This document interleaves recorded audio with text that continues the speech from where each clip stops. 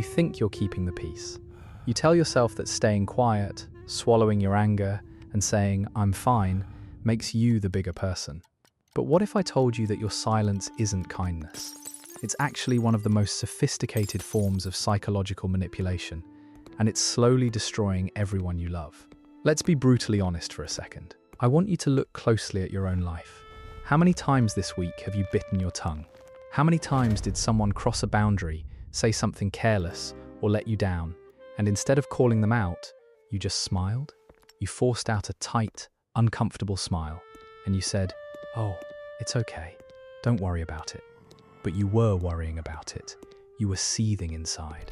You took that real, valid frustration, folded it up into a tiny square, and shoved it deep down into the pit of your stomach. You call this being nice. You call this being an easygoing, empathetic person. And why wouldn't you? Society praises you for it. You are the low-maintenance friend, the endlessly supportive partner, the employee who never complains and just gets the job done. You wear your ability to avoid conflict like a moral badge of honor. You have successfully convinced yourself that you are the ultimate peacekeeper in a chaotic world. But let me ask you a very difficult, very uncomfortable question. When you refuse to speak up, whose peace are you actually keeping? Are you genuinely protecting the relationship? Or are you just protecting yourself? Are you shielding yourself from the temporary anxiety, the racing heart, and the sheer terror of a difficult confrontation? We desperately like to believe that avoiding an argument is a selfless act of love. But if we pull back the curtain and look at the dark psychology of human behavior, avoiding conflict at all costs is deeply, fundamentally selfish. You are not maintaining peace. You are creating a fake, fragile illusion of harmony.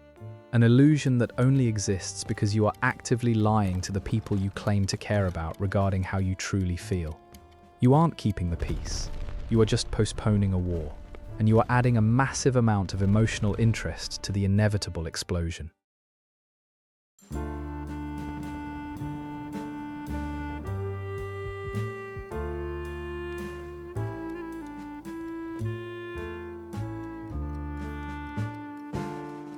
When we hear the word manipulation, we usually picture something sinister and aggressive.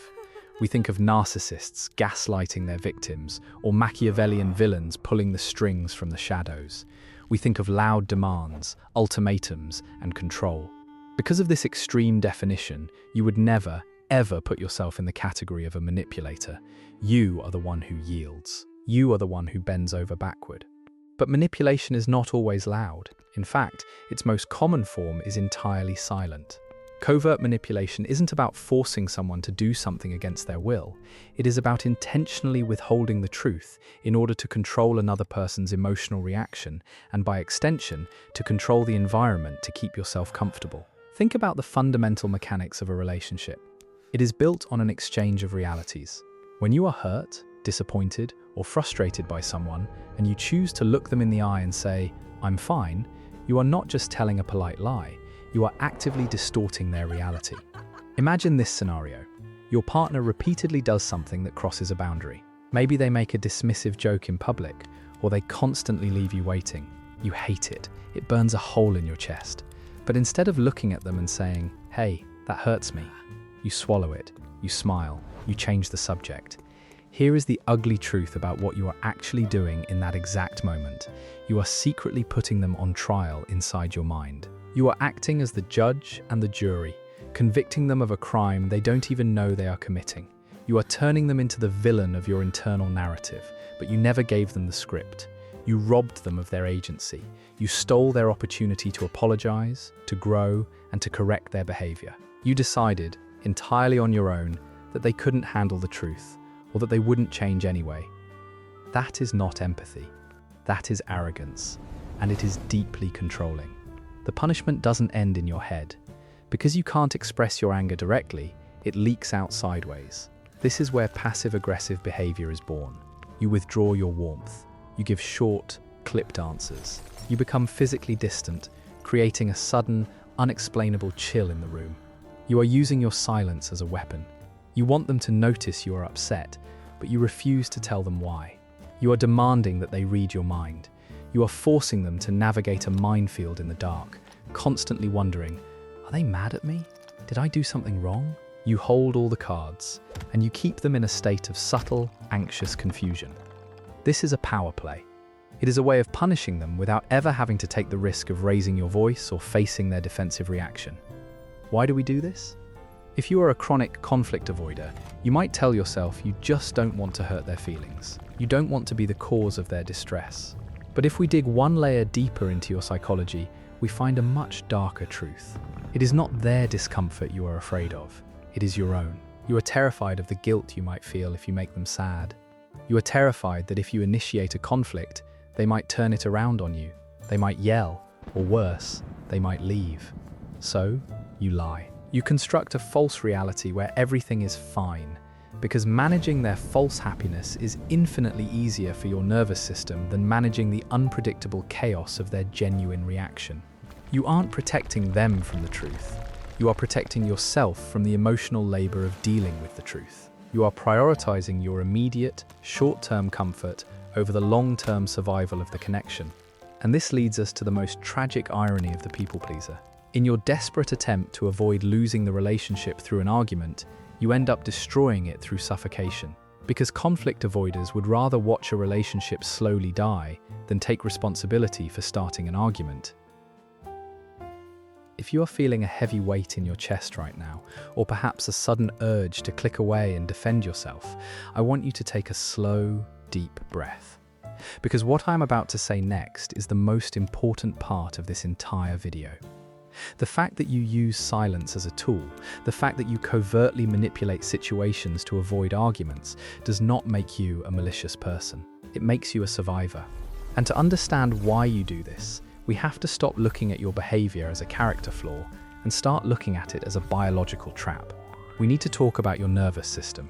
You have likely heard of the basic survival instincts: fight, flight, or freeze. When faced with a threat, our ancestors either fought the lion, ran from it, or played dead. But there is a fourth trauma response that psychologists call fawning. Fawning is an evolutionary adaptation where you subconsciously try to appease, please, or pacify a threat in order to survive it. You surrender your own boundaries to keep the predator calm. Now, let's bring this out of the jungle and into your childhood. Think back to the environment you grew up in. For many chronic conflict avoiders, childhood was not a place of emotional safety. Perhaps you grew up in a chaotic household where arguments constantly escalated into terrifying shouting matches and the air was always thick with tension.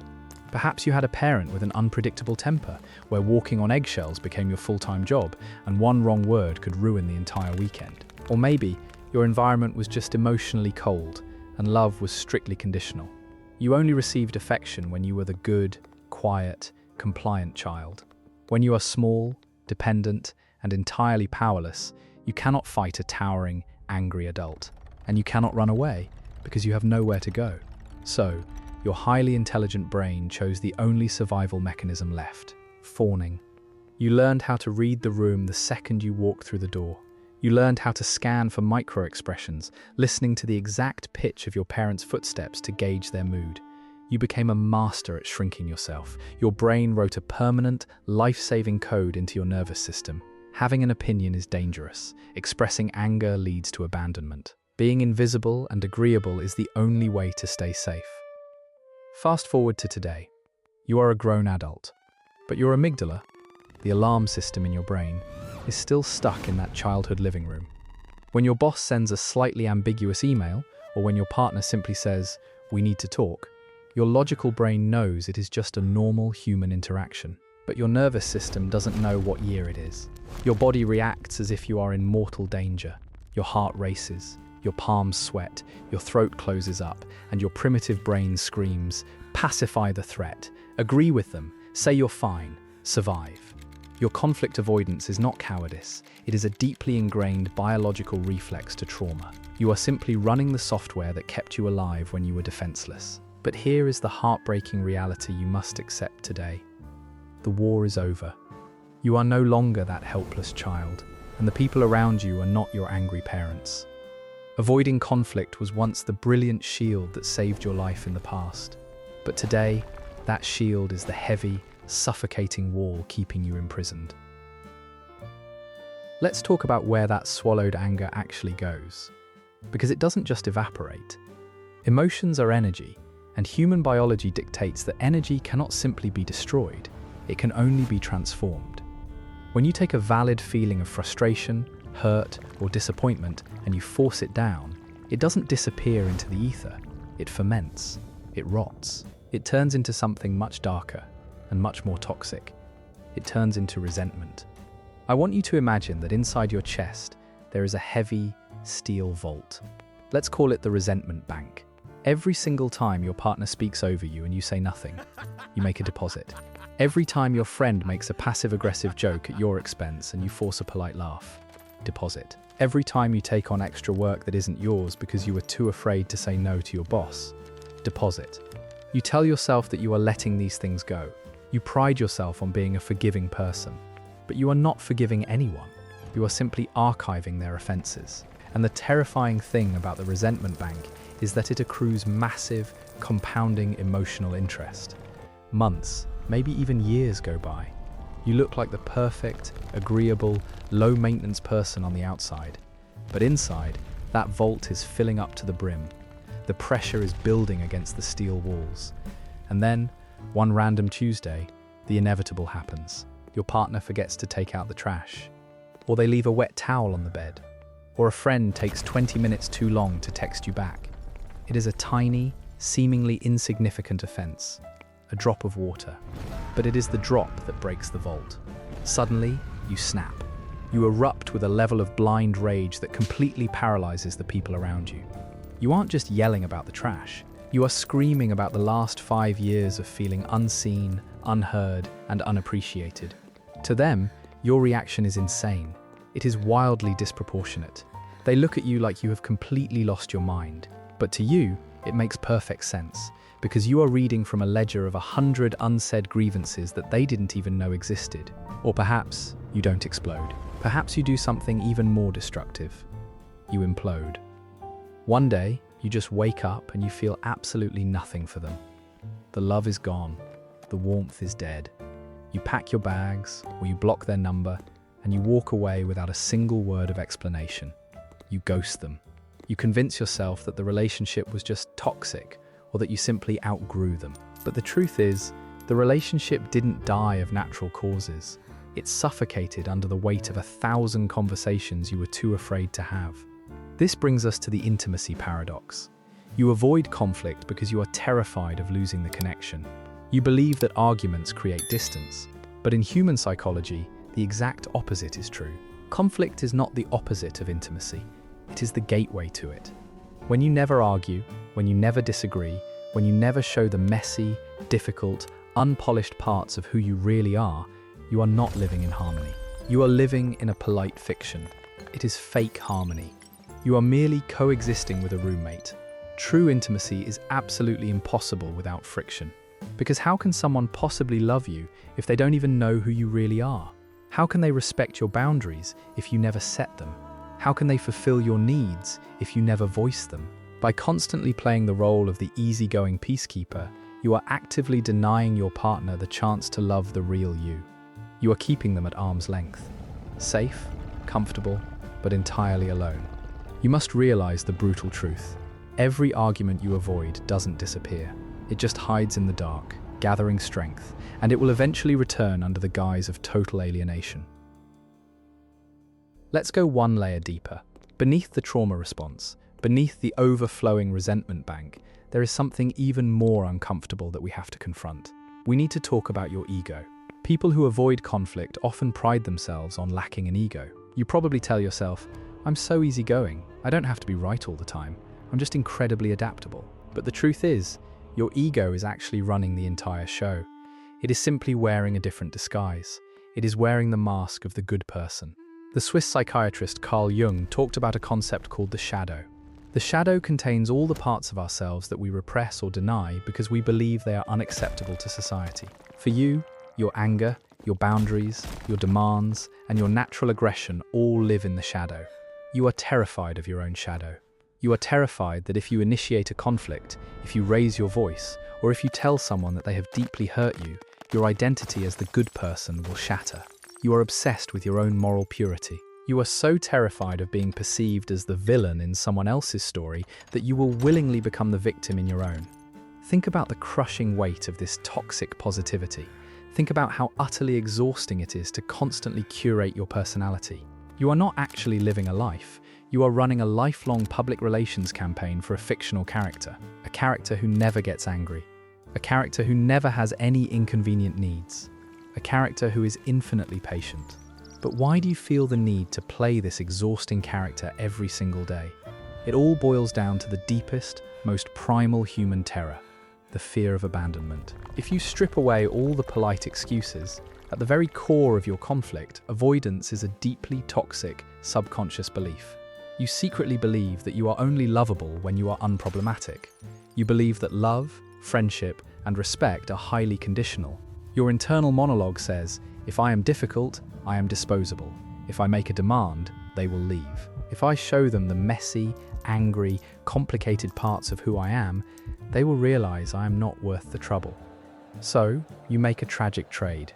You trade your authenticity for attachment. You sacrifice your true self just to keep people around. But here is the devastating irony of that trade. You are lonely. Even in a crowded room, even sleeping right next to your partner, you feel a profound, aching loneliness. Because the people in your life do not love you. They love the mask you wear for them. They love the low-maintenance, easygoing character you project. They cannot love the real you, because you have never given them the privilege of meeting the real you. You must understand this universal truth about human connection. You will never feel truly, securely, and unconditionally loved by anyone until you are willing to let them see your edges. So, how do we fix this?